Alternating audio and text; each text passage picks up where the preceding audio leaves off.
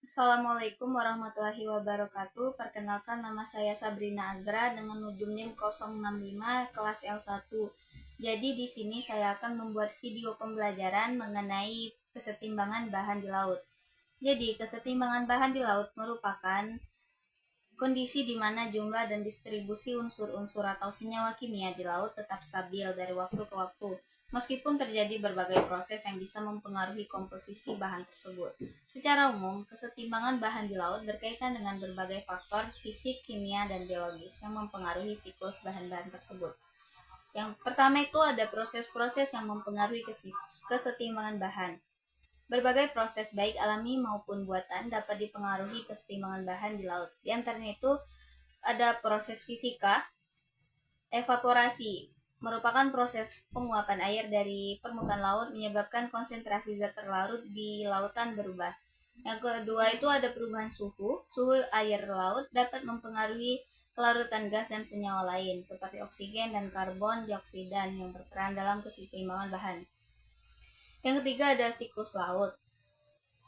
Sirkulasi laut. Arus laut yang mengalir dapat membawa bahan-bahan dari satu wilayah ke wilayah lain, mendistribusikan unsur-unsur kimia seperti oksigen, karbon, dan nutrisi. Yang kedua itu ada proses kimia, reduksi dan oksidasi. Beberapa unsur kimia di laut berbeda dalam bentuk teroksidasi atau tereduksi. Yang selanjutnya itu ada proses pengendapan. Unsur-unsur yang terdapat di larutan seperti kalsium, karbonat dapat membentuk endapan dan membentuk batuan sedimen. Yang ketiga itu ada reaksi gas. Gas seperti karbon dioksida CO2 dan oksigen O2 terlarut dalam air laut dan dapat berpartisipasi dalam berbagai reaksi kimia yang mempengaruhi kesetimbangan bahan. Nah, yang terakhir itu ada faktor proses biologis. Yang pertama itu ada fotosintesis.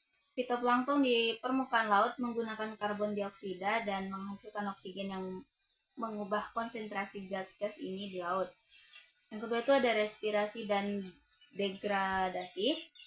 Organisme laut seperti ikan dan plankton mengkonsumsi oksigen dan melepaskan karbon dioksida melalui respirasi. Yang terakhir itu ada siklus nutrisi. Unsur-unsur seperti nitrogen, fosfor, dan sulfat melalui siklus biologis di laut yang mempengaruhi kesetimbangan bahan kimia dan ekosistem laut. Nah, jenis-jenis bahan yang ditemukan di laut itu elemen utama tuh biasanya air laut dan gas terlarut. Zat terlarut itu ada dua, nutrisi dan logam berat.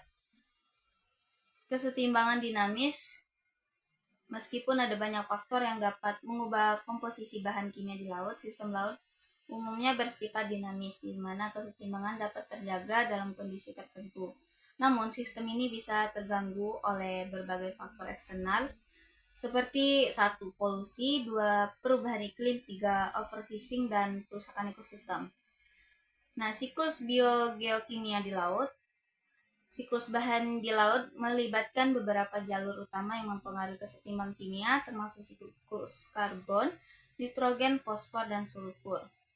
Berikut gambar singkat siklus karbon di laut. Siklus karbon dioksida yang terlarut dalam air laut dapat diserap oleh fitoplankton dan fotosintesis. Karbon kemudian dipindahkan melalui rantai makanan atau terendapkan dalam sedimen laut, membentuk bebatuan karbonat atau tetap berada dan bentuk senyawa organik yang mengendap. Nah, pengaruh aktivitas manusia. Aktivitas manusia seperti emisi gas rumah kaca atau karbon dioksida atau pembuangan limbah industri ke laut dapat mempengaruhi kesetimbangan bahan di laut. Misalnya peningkatan karbon dioksida di atmosfer meningkatkan kadar CO2 terlarut dalam air laut yang menyebabkan penurunan pH air laut atau asam laut, suatu fenomena yang dikenal dengan asamifikasi laut. Kesetimbangan bahan di laut adalah topik yang sangat kompleks karena melibatkan interaksi antara berbagai faktor kimia, fisika, dan biologi Ketika satu elemen terganggu, hal ini dapat menyebabkan perubahan besar dalam ekosistem laut secara keseluruhan. Mungkin itu saja yang dapat saya sampaikan. Saya akhiri. Wassalamualaikum warahmatullahi wabarakatuh.